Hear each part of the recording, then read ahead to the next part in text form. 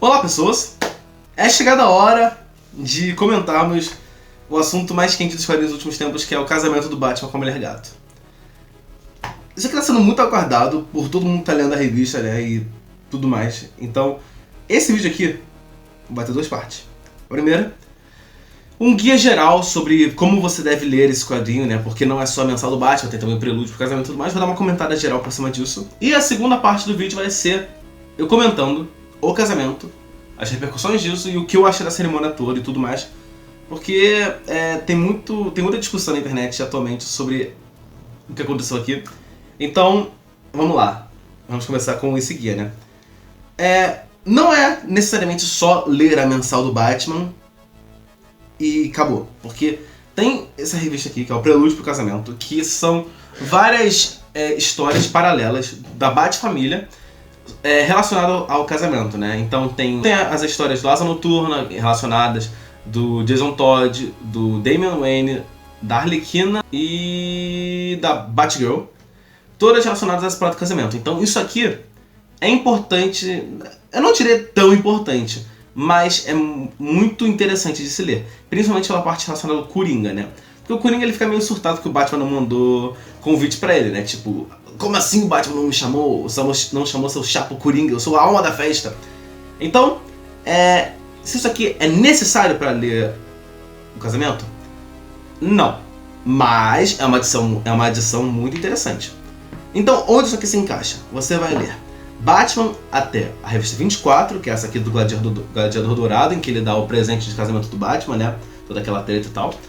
Aí, chegou no número 24, você lê isso aqui, depois você lê o 25 e depois 26 que é o casamento. Por quê? O prelúdio do casamento termina com o Coringa indo pra uma igreja.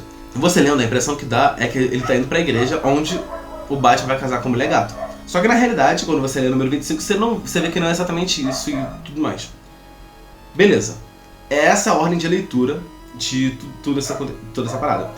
E se vale a pena ler isso aqui, cara, as histórias são bem legais. Tipo, o Damian vai tratar com o Ra's al Ghul, o Asa Noturna vai tratar com o Silêncio, o Capuz Vermelho vai tratar com a Anarquia, a Batgirl vai tratar com Charada e o Coringa vai tratar com a Arlequina. Então, são histórias paralelas sobre como a Bat-família tá lidando com isso e impedindo tretas relacionadas ao casamento. As tretas com os vilões não são realmente assim tão interessantes e tudo mais. É muito mais interessante a dinâmica do pessoal. Por exemplo, o Asa Noturna e o Super-Homem vão dar uma despedida de solteiro pro Batman. E é muito maneiro ver a dinâmica dos personagens e tudo mais. E o Dick falando, pô Bruce, eu não queria me distanciar tanto de você e tal. Então quando tudo isso terminar e tal, quando o casamento já tiver rolado e tal, vamos marcar de sair, fazer alguma coisa e tal. Essa dinâmica entre os personagens é muito maneira. Tanto que é uma das melhores coisas da Detective Comics, que é ver tanto personagem assim conversando e tudo mais. Então é muito legal ver isso aqui, ver a dinâmica do pessoal. E por ser uma coisa extra do casamento, talvez valha a pena no geral. Agora, um pequeno comentário sobre o casamento sem spoiler antes de eu começar realmente a entrar na parte obscura dos spoilers, tá? Vamos lá. O Tom King tá construindo esse relacionamento dos personagens desde o início do arco da fase dele do Batman, né? Então temos desde o início o Batman já mais humano, ele tratando muito da psique do Bruce Wayne e tal. E aí temos toda aquela parada dele pedindo a Mulher Gata em casamento, a moto lá no início da fase, lá no número 13 eu acho, ou 12. E aí temos todo se desenrolar, pra agora vermos realmente a coisa acontecendo. Então, tem uma expectativa muito grande do público de saber como e o que vai acontecer. E é interessante ver que o Tom King, ele deixa pistas antes da coisa acontecer, pra quando chegar a hora você não ficar... ele não joga a coisa solta, ele não vai, joga a coisa na sua cara assim, de qualquer forma. Então, desde muito tempo, já tem dicas e provas do que pode acontecer, de todos os lados. Então temos histórias, temos uma história, acho que no número 19, em que mostra como seria a vida do Batman com a Mulher Gato casados. Depois temos uma história de que o Batman quase trai a Mulher Gato com a Diana. Então temos várias e várias histórias com várias possibilidades diferentes. E aí você fica assim, cara, ele tá mostrando isso tudo por quê? Porque ele vai mostrar uma coisa diferente? Porque ele vai mostrar uma dessas verdades, uma dessas possibilidades se tornando real? até você ver o casamento, você fica com esse negócio, você fica pensando assim, o que vai acontecer, como vai acontecer, o que isso vai acontecer na vida do Batman e tudo mais. Então, é um gancho muito interessante e ver também que o Tom King ele tomou cuidado com isso justamente pra não ser tão previsível o que ele ia fazer. Mas no momento em que ele bota assim, a pista final, você começa a falar, eu não acredito que isso vai acontecer. E a partir desse momento, vamos comentar de fato a edição 26 e o casamento do Batman com a Mulher Gato. Então, spoilers vão rolar soltos, tá? E isso acontece, isso que eu tô falando justamente na edição 25, em que o Coringa vai e comenta com a Mulher Gato do Batman de não poder resistir o Batman enquanto o Bruce for feliz. E ela começa e aí você vê que a Mulher Gato começa a pensar nisso. Depois, na metade da edição 26 já, mostra ela pensando nisso de novo quando a amiga dela comenta. E aí quando chega na hora do casamento de fato e a Mulher Gato foge e deixa aquela carta pro Bruce, não é tão estranho, porque já deu tempo de você pensar nisso, digerir isso e assimilar bem e ver que, cara, não é mentira.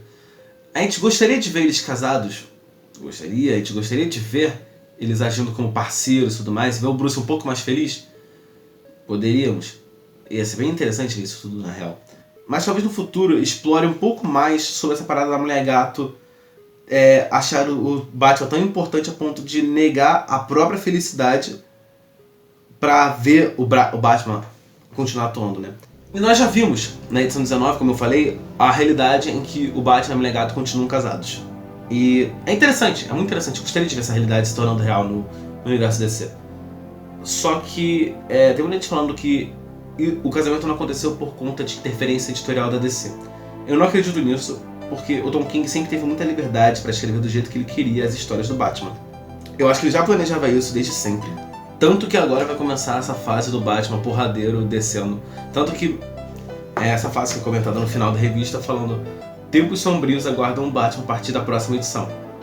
Então quer dizer que vai ser que nem na fase Hacking dos 952, em que ele começa a descontar toda a frustração da morte do Damian, dando porrada em gente aí, tipo, quase matando de fato o pessoal.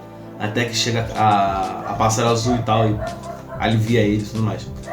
Então, o que eu gostei do que foi feito, né, da parada da Mulher Gato fugir e tal,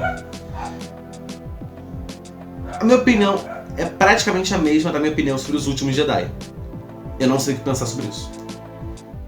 E Os Últimos Jedi já saiu há quase, sei lá, mais de um ano, eu acho. Eu não lembro exatamente quando saiu Os Últimos Jedi, apesar de ter feito vídeo aqui no canal. Mas até hoje eu não tenho opinião sobre aquele filme. Eu não sei se eu gosto ou se eu não gosto daquele filme.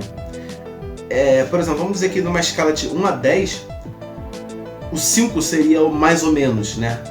E acima do 5 tem essa zona bizarra que é exatamente o meio entre gostar e não gostar. Eu não tenho opinião sobre Os Últimos Jedi e eu não tenho opinião até agora sobre o casamento do Batman. Na hora que a coisa foi... que eu fui lendo as cartas, né, do Bruce pra Selina, da Selina pro Bruce, a do Bruce vai subindo, né, vai num tom cada vez mais feliz, mais... como posso dizer? vai não crescendo no geral. E a da Selina vai decaindo, vai num tom mais sombrio, mais triste e tal. Uma despedida mesmo. E é bem impactante, tá? Ainda mais com tantas artes dos personagens e tudo mais. E aí dos autores, dos desenhistas convidados e tudo mais. Eu acho sim que o Bruce continuaria sendo o Batman tão efetivo quanto ele foi, quanto ele sempre foi, mesmo casado com a Mulher Gata. Eu acho que ele ia continuar sendo o Batman. Eu acho que um momento de felicidade na vida dele não deixa... ele não tira ele do foco da missão dele. Talvez fosse desviar um pouco, talvez ele deixasse de ser tão porradeiro assim nas ruas e passasse a, sei lá, a investir mais em ações de caridade e tal. Talvez. Mas na realidade, o Tom King mesmo mostrou pra gente disso lá na edição 19, não foi o que pareceu. Ele pareceu, continuou agindo como Batman até quando ele pôde. Então, ficam as dúvidas do que aconteceria com o Batman se ele tivesse casado com a Mulher Gato de fato, mas sei lá, talvez seja uma coisa que a gente nunca vai saber de verdade, né? E comenta aí, por favor, você gostou do casamento do Batman com a Mulher Gato? O que você achou disso no geral? Eu achei que fez muito sentido dos personagens, tá? Talvez não ficou tão bem explicado assim o lado da Mulher Gato, né? Tá, a gente entendeu que ela largou porque queria que o Bruce continuasse sendo o Batman e tal. Mas, não sei. Me pareceu que ela precisaria de alguma coisa a mais pra pensar nisso, né? Que o Bruce deixaria de ser o Batman por conta de um momento de felicidade. Sei lá, fico pensativo em relação a isso. Mas, tá feito. Agora é ver as consequências disso nas próximas edições. Bom, eu vejo você no próximo vídeo e falou!